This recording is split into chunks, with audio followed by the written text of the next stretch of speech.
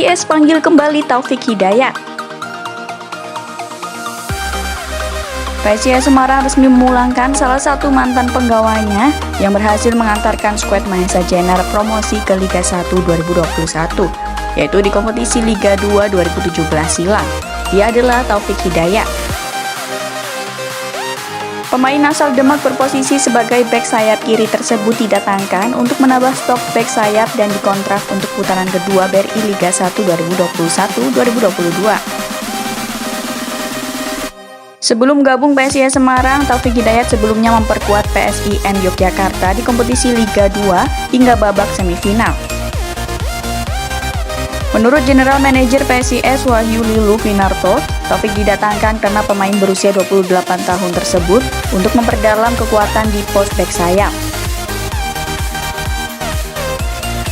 Terutama dengan kerap absennya Pratama Arhan yang dipanggil ke Timnas Indonesia. Kebetulan kedua pemain tersebut berposisi sebagai bek kiri dan punya kelebihan masing-masing. Di era Liga 2 bersama PSIS, Taufik dikenal memiliki tendangan kaki kiri akurat. Itulah sebabnya Taufik selalu jadi andalan saat mengeksekusi tendangan bebas. Sementara Pratama Arhan dikenal dengan kelihayannya dalam membantu serangan dan lemparan jauhnya. Liluk meyakini Taufik tidak akan butuh waktu lama untuk beradaptasi di PSIS.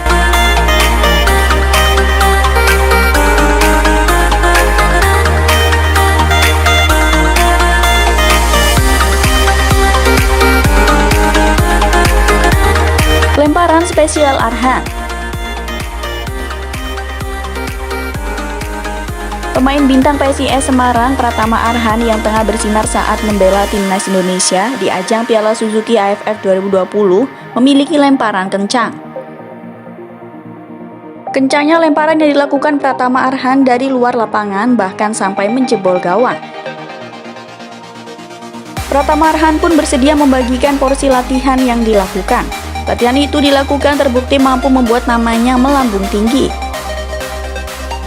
Dilansir dari YouTube Chandra Margatama, Pratama Arhan berbagi cerita awal mula mengenal dan bermain sepak bola. Pria kelahiran Kabupaten Blora itu mengaku bermain bola sejak duduk di bangku kelas 3 sekolah dasar. Ketika SMP, Arhan demikian sapaan akrabnya bergabung di Akademi Terang Bangsa. Pada akademi itu ia lalui hingga SMA. Kemudian lanjut mengikuti seleksi untuk masuk PSIS Semarang U18. Klub yang berjuluk Mahesa Jenar itu menjadi rumah bagi Pratama Arhan untuk mengembangkan karirnya. Tapi bakat lemparan keras dan jauh itu telah ditemukan sejak ia masih bersama Akademi Terang Bangsa. Saat itu, kata Arhan, ia mendapat kesempatan untuk melempar bola sampai membobol gawang lawan. Lemparan itu dilakukan saat turnamen Piala Gubernur Jawa Tengah tahun 2016-2017 lalu. Bakat lemparan jauh dan kencang itu Pratama Arhan didapat secara otodidak tanpa latihan khusus.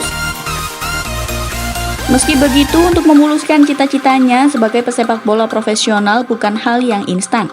Proses latihan yang dilalui tanpa kenal lelah. Waktu senggang yang dimiliki tidak disia-siakan. Ia berlatih dan terus berlatih.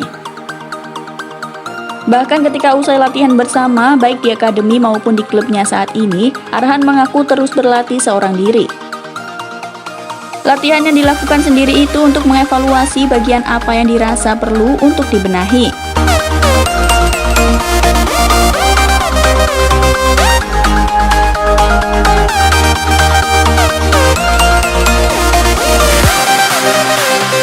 PSIS akan hadapi Persija. PSIS Semarang dijadwalkan akan menghadapi Persija Jakarta pada laga perdana putaran kedua BRI Liga 1 2021-2022. Pertemuan PSIS Semarang kontra Persija Jakarta merupakan laga lanjutan pekan ke-18 musim ini.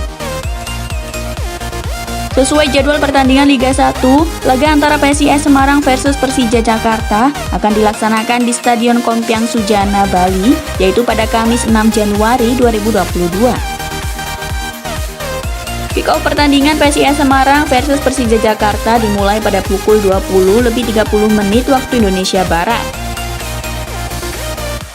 Duel antara PSIS Semarang versus Persija Jakarta diprediksi bakal berjalan sengit.